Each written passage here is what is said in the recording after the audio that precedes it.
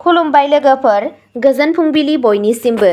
नोंथांमोनखौ गोदान भिडिअ'आव आरो फिन खेबसेबाव बयखौबो बरायनाय बावहरग्रोनाय जाबाय। आं दिनै नोंथांमोननि सिगाङाव 10 जुलाइ 2025 मायथाइ एबा 25 आसार दान 1432 मायथाइनि सानसेनि फान्जामुथिखौ फरायथिनो लादों। आसा खालामो नोंथांमोनहा भिडिअ'खौ नायना मोजां मोनगोन।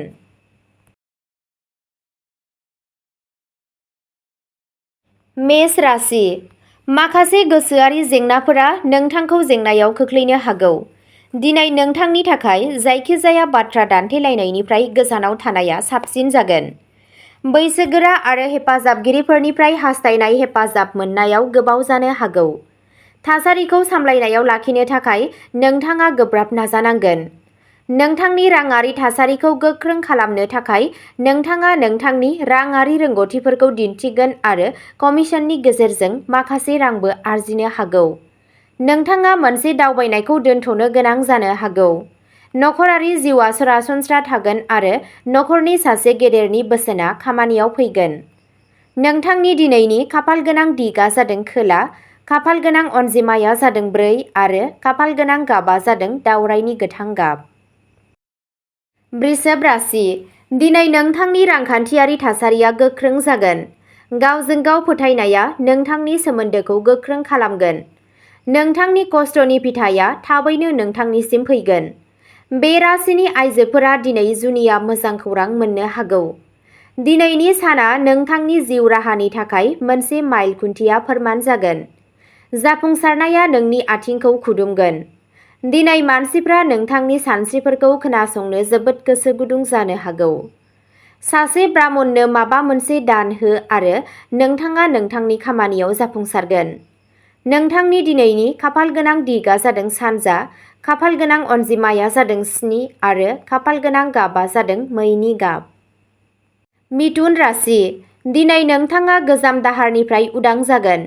खाफालनि सायावल' सोनारनो नाङा, गोब्राब नाजानायाव गोसो हो। गोसोआव लाखि दि सहायनायजों नोंथाङा गासैखौबो देरहानो हायो। रां थिसननायनिफ्राय मुलाम्फा जागोन। नोंथांनि बिबुंथिखौ सामलायनायाव लाखि, नङाब्ला सोलिबाय थानाय हाबाफोरा हेंथा जानो हागौ। नखरारि जिउखौ लानानै नोंथांनि गोसोआव दावराव-दावसि जानो हागौ। साननि नैथि खावसेयाव नारसिननाया बांनो हागौ। गावनि जिउ लोगोरिजों नोंथांनि सोमोन्दोनि जेंनाखौ सुस्रांनो थाखाय बेयो मोनसे मोजां सान। खामानियाव गाहाय मावख'गिरिफोरा खुसि जागोन। नोंथांनि दिनैनि खाफालगोनां दिगआ जादों खोला, खाफालगोनां अनजिमाया जादों 6 आरो खाफालगोनां गाबआ जादों चन्दननि गुफुर गाब। कर्क राशि। नोंथांनि आबुं गोसो होनाया नोंथांनि जिउ राहायाव दावगालांनायाव जागोन। नोंथाङा एसे मुडी आरो सरासनस्रानिख्रुइ बांसिन सेनसिटिभ जानो हागौ। समाजारि हाबाफारिफोराव बाहागो लानो खाबुबो थानो हागौ। नोंथाङा लोगोफोरजों मोनसे मोजां सम बारहोगोन। साना सरासनस्रा जागोन। गोजोनथाव जाथायफोर जागोन। नोंथाङा नखरजों गुन गोनां सम हगारगोन। नोंथाङा मोनसे जेंनाखौ जायखौ सानो बेयो माखासे समनि उनाव नोंथांनि जिउआव मोजां सोलायनाय लाबोनो हागौ। नोंथांनि दिनैनि खाफालगोनां दिगआ जादों सानजा, खाफालगोनां अनजिमाया जादों 8 आरो खाफालगोनां गाबआ जादों रेजें गोथां गाब। सिंह राशि। आनजाद, बादायलायनाय एबा मोगा-मोगियाव बाहागो लागिरिफोरा जाफुंसारगोन। बिजिरसालियाव गोग्लैसोना थानाय केसफोर थानाय सुबुंफोरा माखासे मोजां जौगाथायफोरखौ नुनो मोनगोन। राङारि आयदाफोराव हास्थायनाय फिथाय मोननो हायो आरो नोंथाङा आयनि मोनसे उफ्रा फुंखाबो मोननो हागौ। फालांगियारिफोरनि थाखाय गोदान दिरुंफोरा गेवलांनो हागौ, जाय बिसोरखौ गावसोरनि आरोबाव गायसननायाव मदद होनो हागौ। साख्रि मावग्रा सुबुंफोरा खामानिनि जायगायाव गावसोरनि रोंग'थिखौ दिन्थिगोन। गथ'फोरा मोजाङै दावगागोन आरो नोंथाङा मोनसे गोजोन जिउखौ रंजानो हागोन। नोंथांनि दिनैनि खाफालगोनां दिगआ जादों खोला-सानजा, खाफालगोनां अनजिमाया जादों 7 आरो खाफालगोनां गाबआ जादों खमला गाब। कन्या राशि। दिनै नोंथाङा खामानिनि फारसे जोबोद सांग्रां जागोन। गोबां साननिफ्राय थाबथानानै थानाय खामानिफोरखौ फोजोबनायनि उनाव दिनै नोंथाङा गोजोननि हां लागोन। नोंथाङा साफ्रोमबो गोनांथि गोनां सुबुंखौ जेसेबां हायो एसेबां हेफाजाब होनो नाजागोन। बेनिफ्राय नोंथाङाबो मुलाम्फा जागोन। नोंथांनि मोजां आखुआ गुबुनफोरखौ गोहोम खोख्लैगोन। दिनै नोंथाङा गोजोननाय मोनगोन।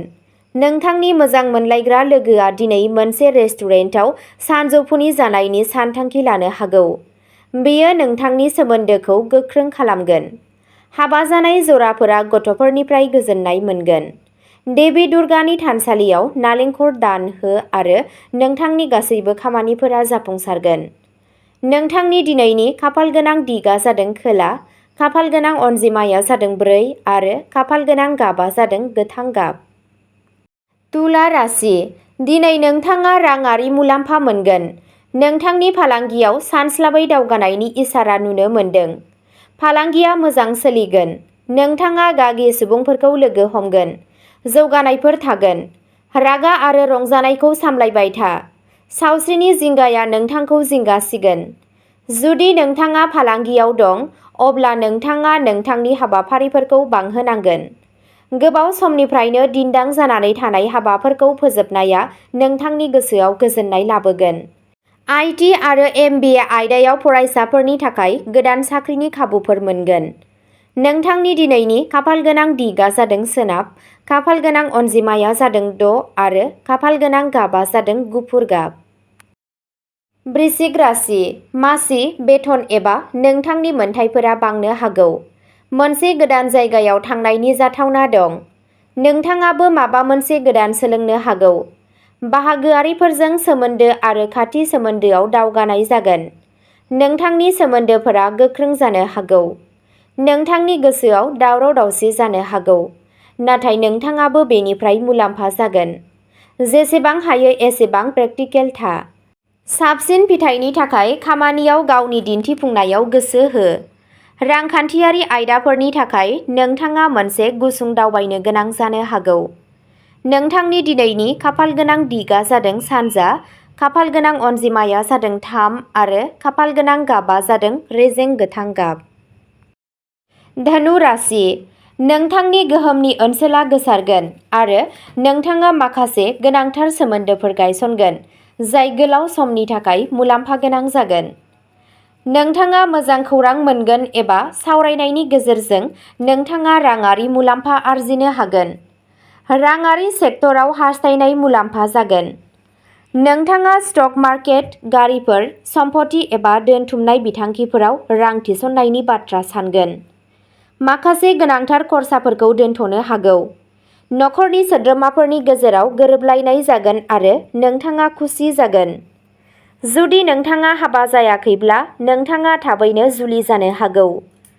नोंथांनि दिनैनि खाफालगोनां दिगआ जादों खोला, खाफालगोनां अनजिमाया जादों 6 आरो खाफालगोनां गाबआ जादों रेजें गोजा गाब। मकर राशि, दिनै नोंथाङा लोगोफोरजों बाहेरायाव थांनायनि बिथांखि लानो हायो। नाथाय माखासे गोनांथार खामानिनि थाखाय नोंथाङा बिथांखिखौ दोनथ'नो गोनां जानो हागौ। नोंथांनि रांखान्थियारि थासारियाव सोलाय-सोल' जानो हागौ। नोंथाङा माखासे हाबाफोराव बांसिन नाजानो गोनां जानो हागौ।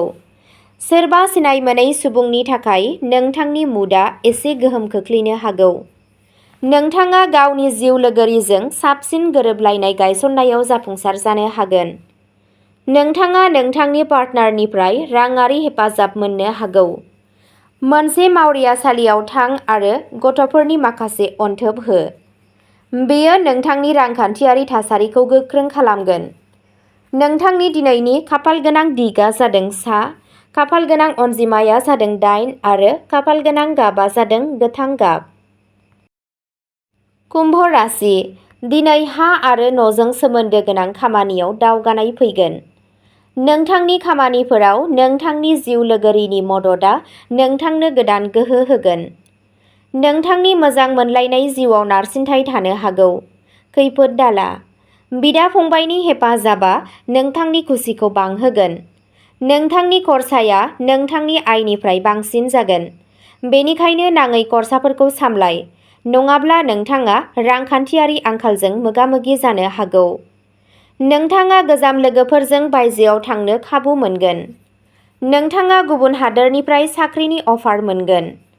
नोंथांनि दिनैनि खाफालगोनां दिगआ जादों सोनाब, खाफालगोनां अनजिमाया जादों 5 आरो खाफालगोनां गाबआ जादों गोथां गाब। मीन राशि, नोंथांनि जिउआव मोनसे गिदिर सोलायनाय फैनो हागौ। जेंनाया खम जानो हागौ। जुदि नोंथाङा गुबुनजों नोंथांनि गोसोआव जेसेबां दं बेनि मुलाम्फा सानोब्ला बेयो मुलाम्फा गोनां जागोन। नोंथाङाबो गोबां सम मोनगोन। नोंथाङा बांसिन आयदाफोराव जाफुंसारगोन। आरो नखराव नोंथांनि थाखाय गोबां खामानि थानो हागौ। बे साना जायखिजाया गोदान आयदा, बिथांखि एबा खामानिनि थाखाय साबजाथाव। माबा मोनसे गोदान खालामनाया नोंनि थाखाय मोजां जागोन। मोजां मोनलायनायनि आयदायाव जाफुंसार जानो हायो। नोंथांनि दिनैनि खाफालगोनां दिगआ जादों सा-सानजा, खाफालगोनां अनजिमाया जादों 2 आरो खाफालगोनां गाबआ जादों गुफुर गाब। अब्ला दिनैनि भिडिअ'आ एसेनोसै। नोंथांमोनहा जुदि सानफ्रोमबो फुंबिलि समाव बेबादि फानजामुथि नायनानै मोजां मोनोब्ला सानफ्रोमबोनि फानजामुथिनि आपडेट मोननो थाखाय चेनेलखौ साबस्क्राइब खालामनानै लादो आरो भिडिअ'खौ मोजां मोनदोंब्ला अन्नानै लाइक, शेयार आरो कमेन्टबो खालामनानै होलांब्लानो जाबाय। गोजोन्थों।